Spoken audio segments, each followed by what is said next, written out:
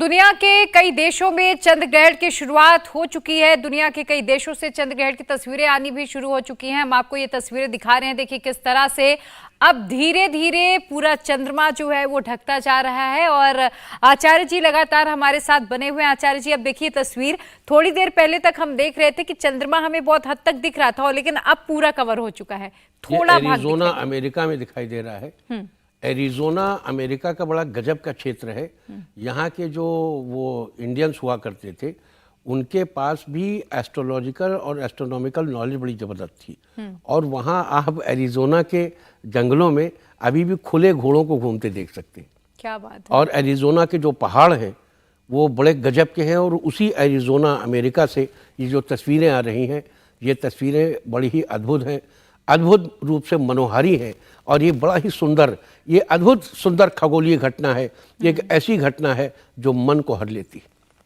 और इसके साथ ही हमारे पास वो अपॉर्चुनिटी शुरू हो चुकी है, हमारे पास ये मौका शुरू हो चुका है कि हम अपने जीवन को उत्तम बनाने के लिए, यही वो मौका है जिसके लिए पृथ्वीराज चौहान से चंद्रवरदाई ने कहा कि 4 हाथ 24 गज अंगुल अष्ट प्रमाण ताऊ पर सुल्तान है मच्चू को चौहान। तो दोस्तों, श्रावक, हमारे दर्शकों, यही वो मौका है।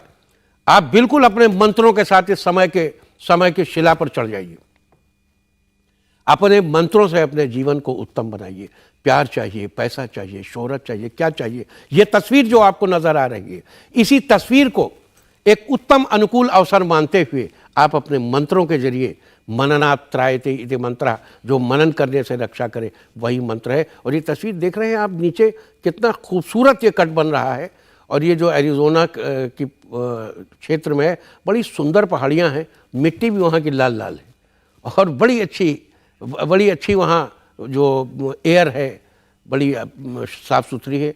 और उस क्षेत्र से ली गई ये तस्वीर, ये निश्चित रूप से आकाश में घटित होने वाली इस 2022 के आखिरी चंद्रग्रहण की ये तस्वीर, ये निश्चित रूप से अपने आप में एक बहुत ही सुंदर तस्वीर है। क्योंकि इसके बाद जो तस्वीरें आप देखेंगे वो और भी, इसमें देखो चंद्रमा का बहुत बड़ा हिस्सा ब्लैक हो चुका है। बिल्कुल, बहुत थोड़ा सा हिस्सा चंद्रमा का दिख रहा है, अधिकांश हिस्सा ब्लैक हो चुका है। यानी खा ने उसको अपना ग्रास बना लिया है, वो आकाश का ग्रास बन गया है, वो आकाश के मुंह में चला गया है, वो उसको राहु ने खा लिया है। जो कुछ भी आप कहना चाहें कह सकते।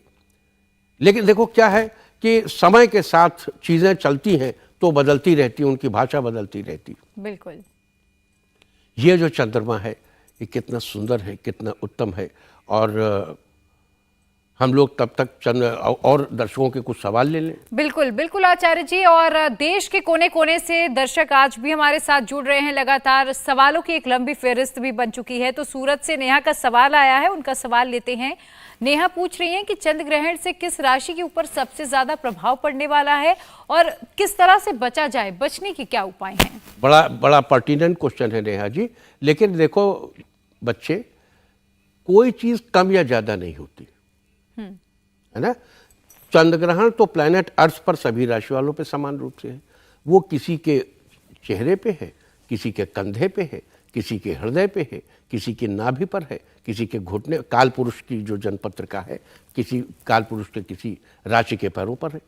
तो इसलिए सबसे ज़्यादा प्रभाव, सबसे बुरा प्रभाव नहीं कह सकते, कम ज़्यादा नहीं कह सकते। हाँ, ये कह सकते हैं कि मेष राशि वालों के लग्न में है और वृष राशि वालों के लिए 12वें घर में, मिथुन राशि वालों के एकादश के स्थान पे, कर्क वालों के 10वें स्थान करियर में ग्रहण लग रहा है, सिंह राशि वालों के भाग्य में ग्रहण लग रहा है, कन्या वालों की आयु में और तुला वालों के जीवन साथी पर, वृश्चिक वालों के रोग और शत्रु पर, और धनु वालों के 5वें स्थान पर विवेक पर, मकर वालों के मातृभूमि भवन वाहन पर, और सिंह वालों के तदनुकूल, ऐसे ही मकर सिंह मीन। तो सबका अलग अलग है और सबका इम्पैक्ट अलग अलग है, ये कम या ज्यादा नहीं है। और उपाय हमने हर राशि के भी बताए, भी हम फिर बता देंगे। कोई और सवाल? जी, पश्चिम बंगाल से आचार्य जी गीता का सवाल आया है और पूछ रहे कि क्या मानसिक रूप से बीमार व्यक्तियों के ऊपर ग्रहण का ज्यादा असर पड़ता है?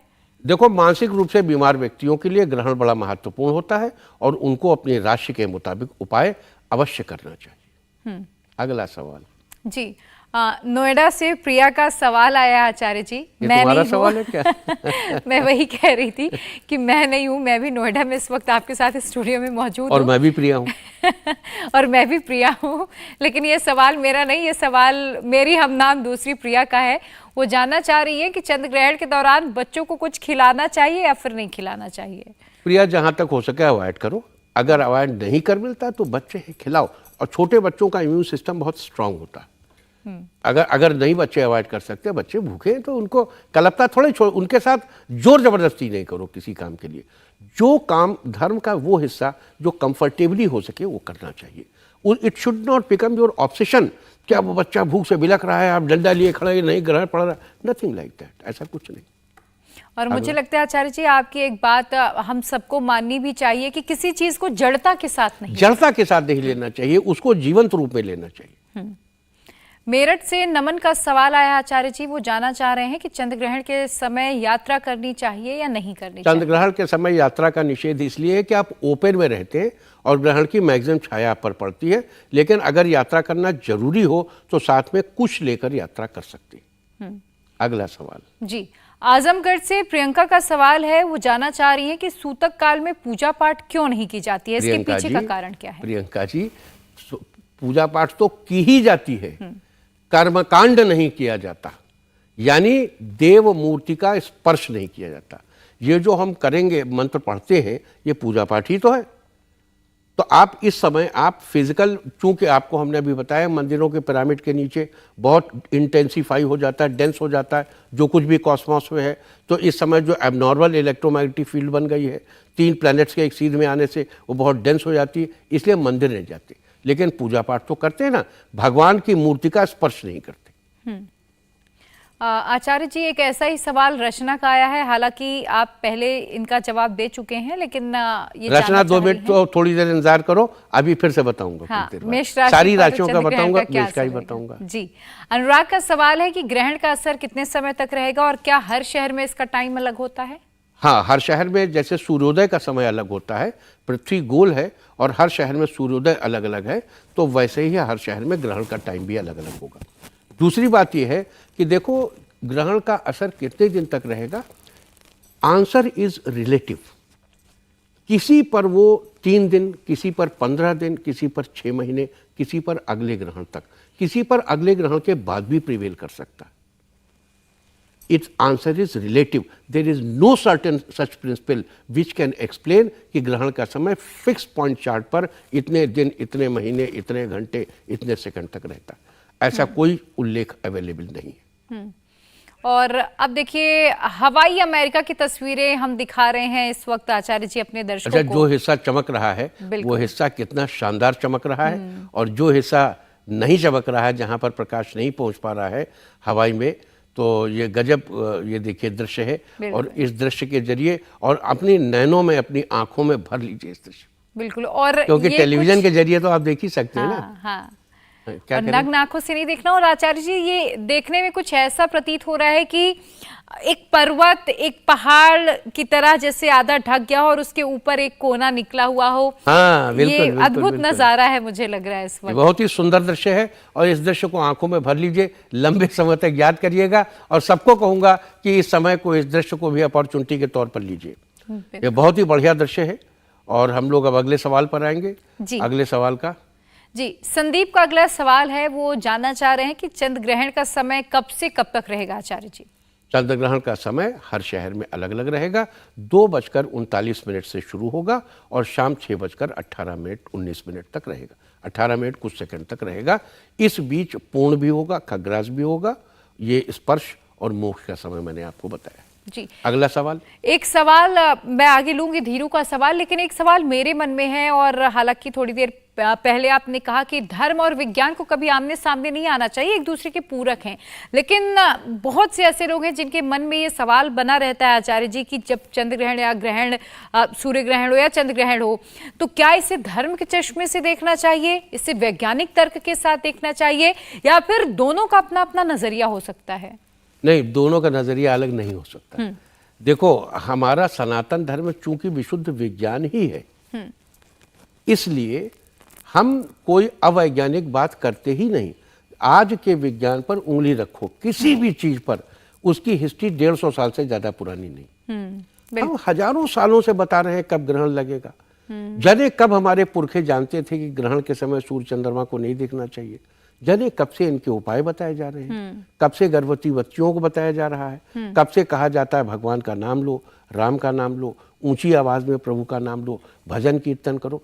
तो हम कोई इसमें, और साइंस भी उन्हीं बातों को अब कहती चली जा रही। बिल्कुल। और जितना विज्ञान आगे आगे बढ़ रहा है उतना ही वो हमको पुष्ट करता जा रहा है, हमारी बातों पे मोहर लगाता जा रहा है। और हम स्वागत है कि विज्ञान हमारी और बातों पे मोहर लगाए, तो हमारे मतलब चीज़ों, हमारे लोग और ज़्यादा साइंटिफिक लाइफ जी सके। क्योंकि सनातन धर्म तो एक वैज्ञानिक जीवन शैली है ना, वो एक मतलब उसको लोग धर्म का जो अर्थ समझते हैं ना। एक बड़ा बीच में एक विचार आया था कि धर्म लड़ाता है, आध्यात्म जोड़ता है। अरे कुछ नहीं भाई, सनातन धर्म एक विशुद्ध जीवन शैली है। इट्स अ लाइफ स्टाइल, और वो भी साइंटिफिक लाइफ स्टाइल। नथिंग, उसमें अंधविश्वास का कोई स्थान नहीं है, उसमें किसी बात को अकारण नहीं कहा जाता। बस बहुत सी चीजें हमारा विज्ञान अभी जान नहीं पाया है, इसलिए हम लोग उसको नहीं समझ पाते।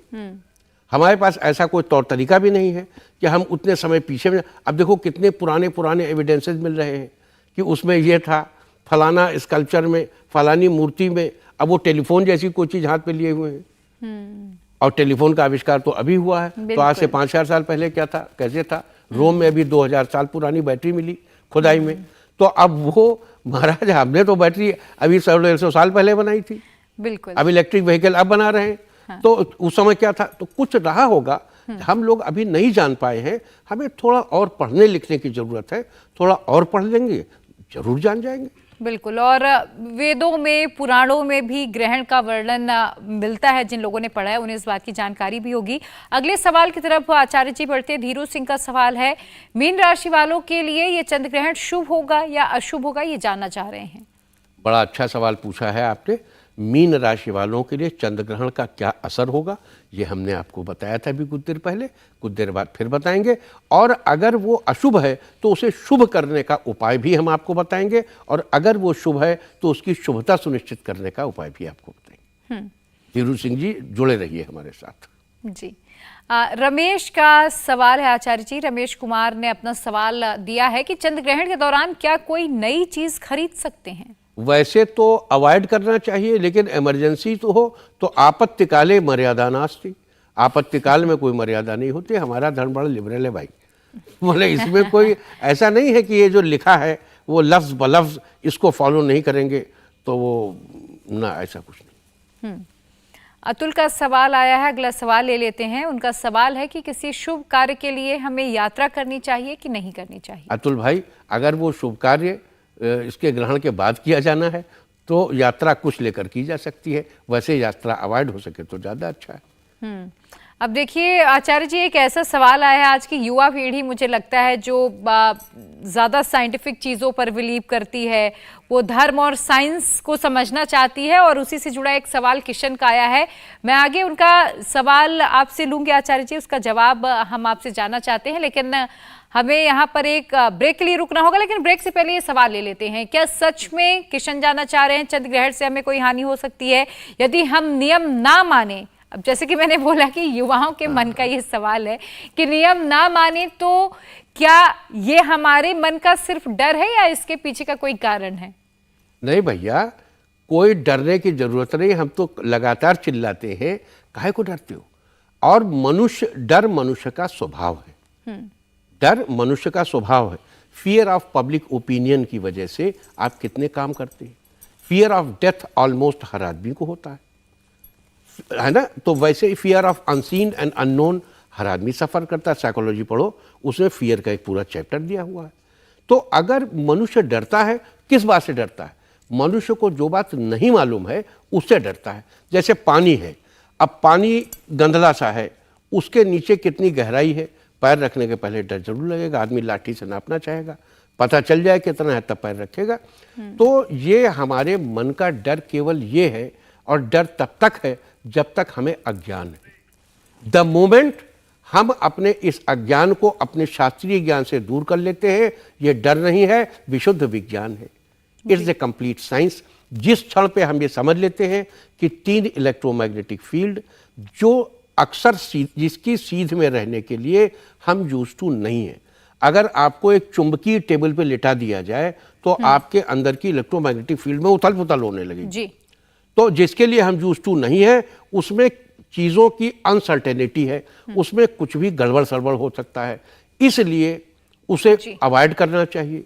इस समय का ऐसे सदुपयोग करना चाहिए। और यकीन करते हैं आचार्य जी, किशन के मन का जो सवाल था, डर जो है वो शंका खत्म हो थी, जाए। वो किशन खत्म हो गई होगी। डरिए नहीं किशन जी, बिल्कुल एकदम डरने की जरूरत। Take it as an opportunity. यही तो हमारे पुरखों की ब्यूटी थी, और यही बताओ हमारे पुरखों की संतान होकर के आप भी ये शंका करते हो। इंडिया टीवी हर वक्त हर जगह डाउनलोड करने के लिए सर्च करें India TV news Google play store या ऐप स्टोर पर।